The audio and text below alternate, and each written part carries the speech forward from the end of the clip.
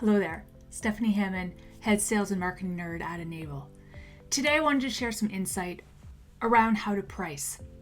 And since launching our newest solution, Enable MDR, Enable Managed Detection and Response, the pricing question has become almost a daily occurrence.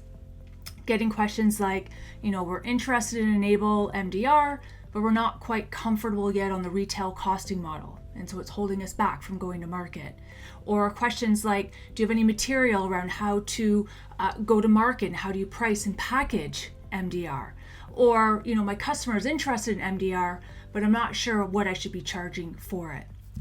So given the excitement and the quick adoption of Enable MDR that MSPs are having, I thought it might be helpful to take a moment or two to address the pricing inquiries that I am regularly receiving. And although I'll be referencing Enable MDR, the guidance being provided here can be applied really to anything that an MSP might be trying to sell.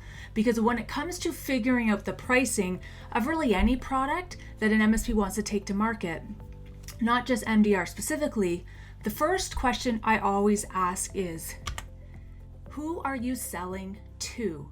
Because depending on the type of organization that you're selling to, that is what is going to help determine what you should be charging for that. And when looking at the MSP space, there's really two distinct customer types that MSPs could be selling to. So we have the traditional managed services customer, and I'm defining this as that organization where there's no dedicated internal IT administrator in-house. So your MSP is the one that's acting as their outsourced IT department.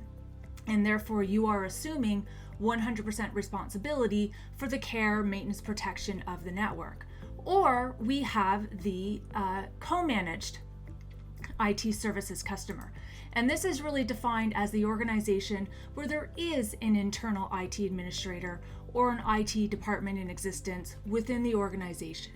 And so it's that person or that department who is then ultimately responsible for the care, protection, and maintenance of the organization's network, not the MSP. So in a co-managed IT services model, the MSP is the one that, you're just stepping in, you're offering to help out, you're trying to fill a void by taking over the management of maybe one or two key functions or specific components. But you are not in charge of, and you're not taking over the entire network environment. And so this is a really important distinction to make, because depending on whether there is an internal IT administrator or not, that is really what's going to determine what you ultimately sell them, and consequently, what you are going to charge them.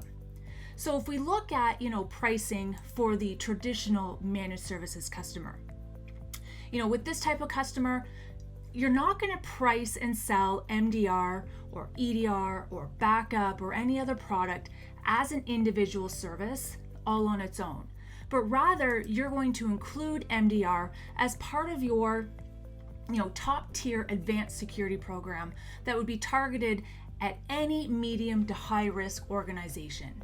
So what would constitute a medium or high risk organization? Well, basically it's any organization that resides in a regulated industry that has compliance standards that it does need to adhere to.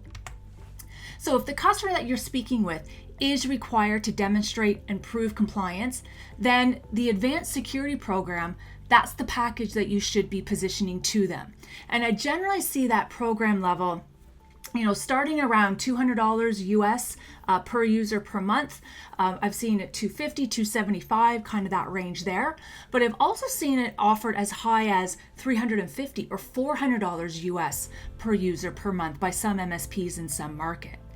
Now, when designing the advanced security program that's aimed at the traditional managed services customer type, this is going to include a wide range of tool sets, labor, services, beyond just the MDR product.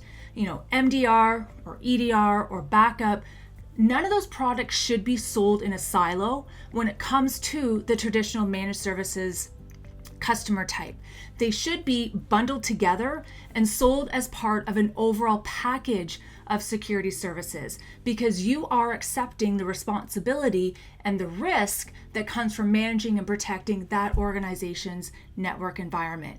And if you are accepting that risk, then you need to implement a layered approach with respect to their security, because no singular product is going to be able to provide 100% guaranteed protection coverage from cyber attacks. So in the case of MDR, it's really kind of that final wrapper that gets added into an advanced security program level to provide that deeper visibility, heightened threat hunting and detection services, in order to provide faster mean time to incident detection, thereby providing faster mean time to response, and therefore faster mean time to remediation for those organizations that can't tolerate any sort of downtime at all, and where the breach impact needs to be minimized as much as possible.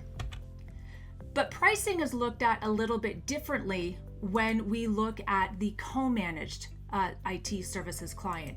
In this type of scenario, it is absolutely appropriate to sell your services in an a la carte type of format. MDR could be sold separately, because in the co-managed model, you're just helping out, by augmenting the in-house IT team by providing a service that your MSP is going to manage, so the internal IT team can then focus on other things. So in the case of the co-managed model, your MSP is not in charge of the organization's overall network like you would be for the traditional managed services customer. That's ultimately the responsibility of the internal IT director. So if we're looking at MDR specifically and what to charge for MDR in this instance, for the co-managed IT services client, I see MSPs charging minimum $90 per user per month. And this generally would include both EDR on the endpoint, so endpoint detection and response, and MDR as kind of that wrapper service to protect the rest of the network. And then from a marketing perspective, if you're going to spend your time creating marketing and sales campaigns that are targeted at the traditional managed services customer, and it's just focused on selling MDR or selling EDR or selling backup, on their own in a non-bundled way, then you're wasting the sales opportunity, I think. Ideally, if you're going to go through all of that effort and expense of putting together individual campaigns, why not put that time and energy into selling a bundled set of services, like your advanced security program that provides higher value, improved security coverage, and improved cyber resiliency and recovery for when something does happen. So again, understanding who you're selling to is critical, because that is what prevents it from becoming a technical sale where you're just reselling a tool set, which offers really only minimum levels of profitability, versus turning this into a value-based sales motion where you can charge higher prices for your complete package of services. Because if you're going to engage with a traditional managed services prospect anyway, then you don't want to waste that sales conversation, right? Leverage the opportunity to speak to your customer about your advanced security program and not just singular products, and then benefit from higher contract values, improved MRR, while also working towards reducing your own risk and mitigating your risk as their MSP.